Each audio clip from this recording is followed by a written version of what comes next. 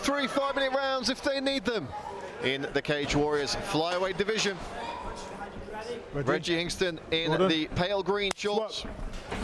Jordan Slick Molinari in the black.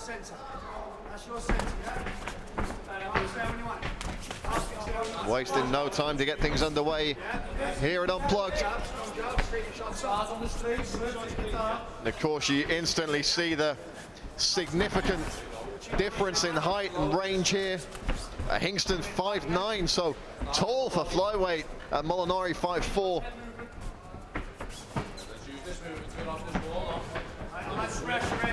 Let's see how he looks to close that distance. Oh. Nice little combination there from Molinari, just tagged in with the right hand very sweetly there. But this is the riddle he's going to have to solve, how to get inside to throw those shots. Counters well again. Another chopping leg kick.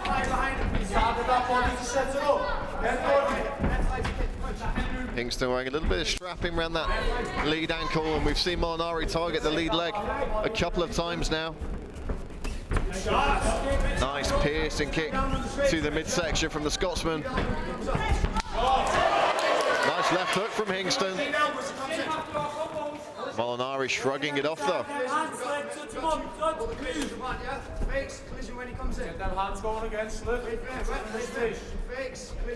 Coach Ben Petches-Kelly in the corner there, calling for Molinari to get those hands going.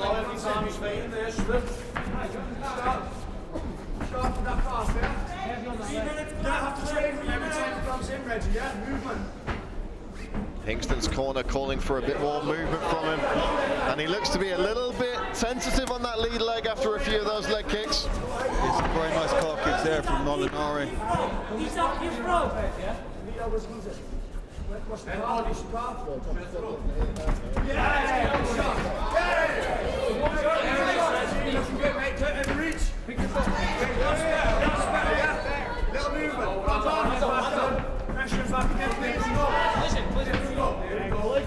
Choose the same one every time. It's going to be better as he comes in, yeah?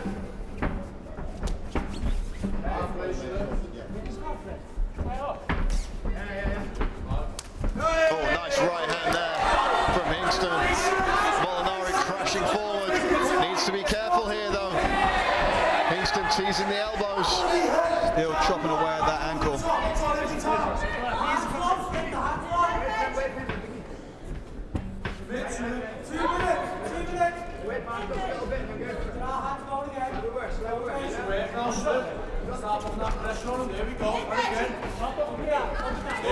Molinari's corner, calling for pressure, and he tags him with that right hand again. Look to stiffen Redgie Hingston up a little bit there. Catches him with the left that time.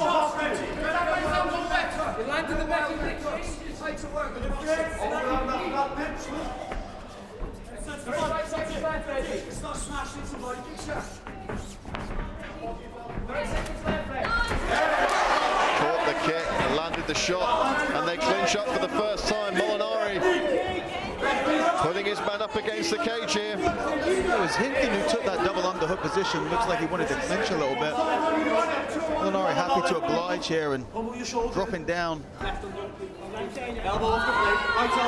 From elbows to the thighs there, a technique that you don't see very often. Little right hand on the exit from Molinari, and Hingston going back to the kicks.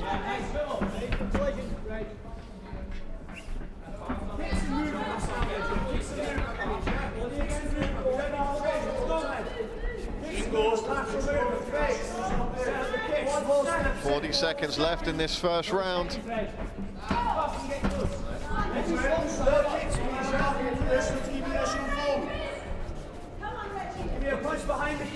Still time for either man to do something impactful, and they're both loading up in these closing exchanges for the first round.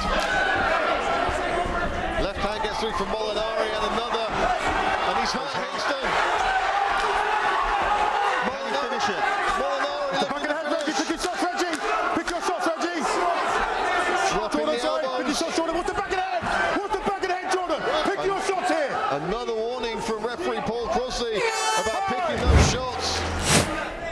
imagine he's going to be wanting to come out for this second round to pick up exactly where they left off.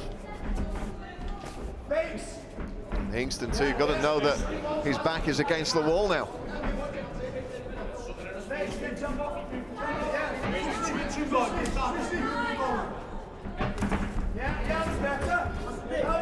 Molinari crashing forward there.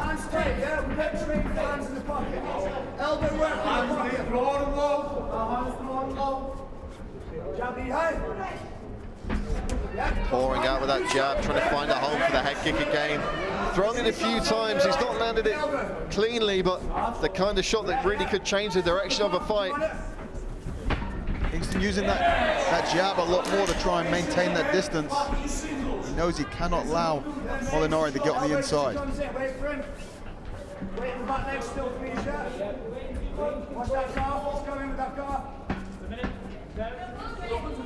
It's when Molinari's been able to get in close to have success with his own straight punches. That's when the damage has been done. Hingston doing a better job of managing the range in this second. Another heavy leg kick.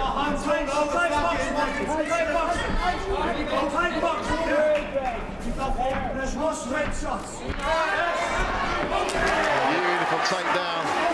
Close the distance there and trips beautifully. Fight hits the floor for the first time. It's going to be interesting to see if Molinari decides to pick those shots, Reggie. Right here. You know, I would say he's been having the success in the standing, but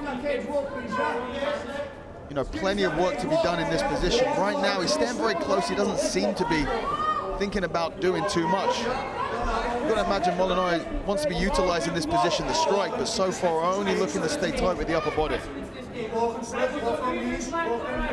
Hingston off his back, just trying to tie up here, but I mean, it's a pretty easy job when the person on top isn't really trying to posture, not trying to do anything. Hingston now opening up a little bit and trying to get some movement in the hips.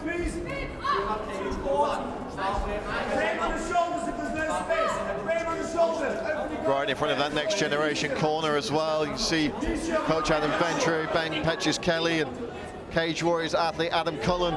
He'll be competing in just a few weeks' time. Cage Warriors 199 as we close out this year's tour in Newcastle. Taking on former title challenger Orlando Wilson Prince.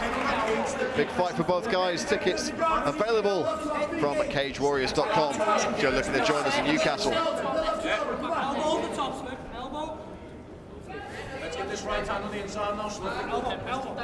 I mean, Molinari needs to be careful not to get stood up. If he wants this position on the ground, he's got to do something with it. Yeah, referee Paul Crossley taking a close look, and that's what he needs to do. The corner calling for those elbows.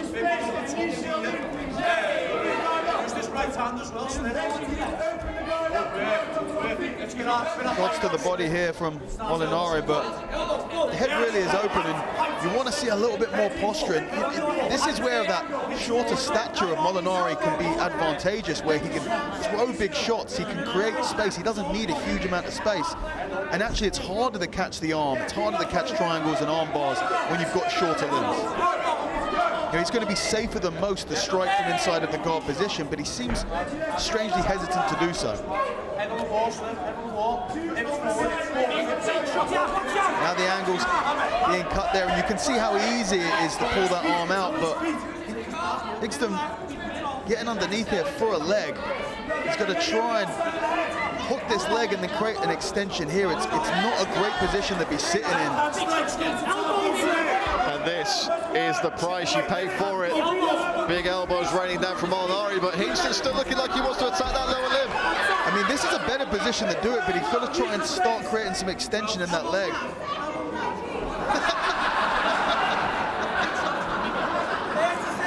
No words for that. None needed. Sometimes these things happen in MMA.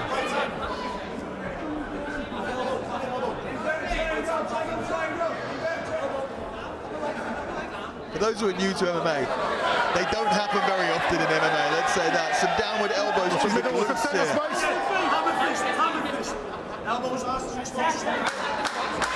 And we're going to see out the end of this round in an interesting position. Keep it clean, Jordan, come on. Molinari being asked has to watch the target area for those elbows. I was going to say, keep it clean has a new meaning there from the referee. Third and final round underway here at Unplugged. Hingston's going to be coming out knowing that he very likely needs a finish here. And he's fighting as if that is the case. Nice and aggressive, but there's that nice crisp right hand from Molinari. Nice right hand from Hingston that time. Positive start from the Scotsman.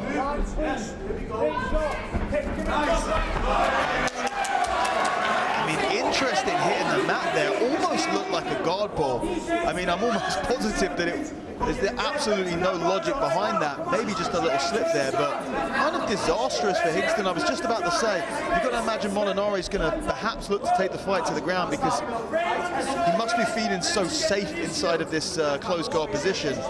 And then to end up there without basically doing any work is a bit of a gift there for Molinari. A similar sort of activity on top that we saw in that second round, which is, to be honest, not a huge amount. I'd love to see him pass at least into a half guard and really set himself up in a position to do some more ground and pound. Legs are coming up here. Passing position into knee shield half. Another cut around the eye of Hingston. This is a better position now. Perhaps for a little bit more work on top from Molinari. Like the little knees to the body there from the next generation man. Frames from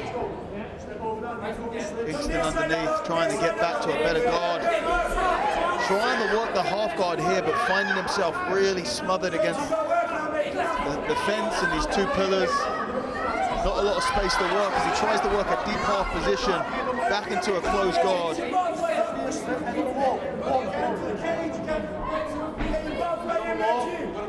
can see he's trying to tie up the arms here. And again, I said that in the second round. So easy to pull the arms out when they're shorter, stockier limbs. Hingston landed a nice up kick there, just keeping Molinari honest.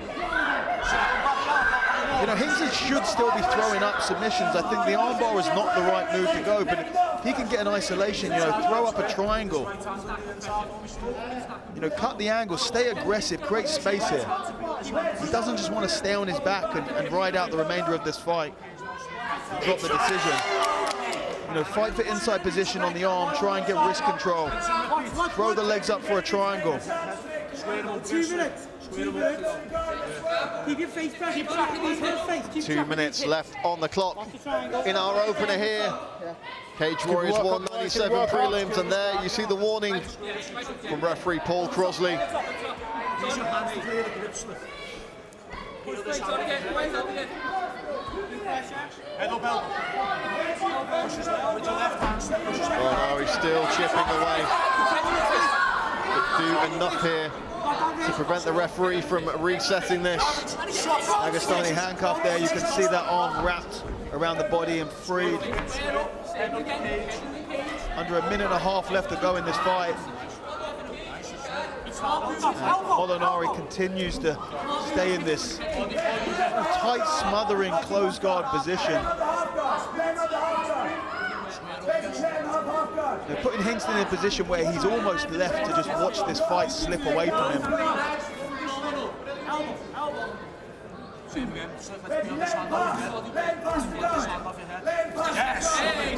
Body head there from Molinari. And now Molinari opening up a little bit more. And it is in those openings where there is more opportunity for Hingston to throw the legs up for a triangle. I think that's really his only option right now. 38 seconds left to go in the fight. Yeah, Redgie Hingston is going to have to start taking serious risks here. But will Molinari give him the room to maneuver? The last 15 minutes says no.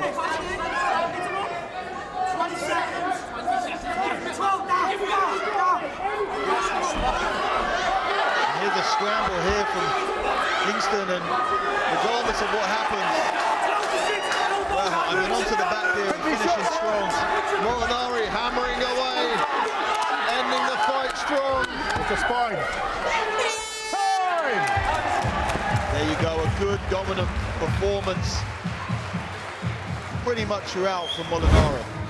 Ladies and gentlemen, after 3 rounds of mixed martial arts action, we go to our judges' scorecards. All 3 judges score this contest 30-27 in favour of your winner by way of unanimous decision in the red corner, Jordan Molinari.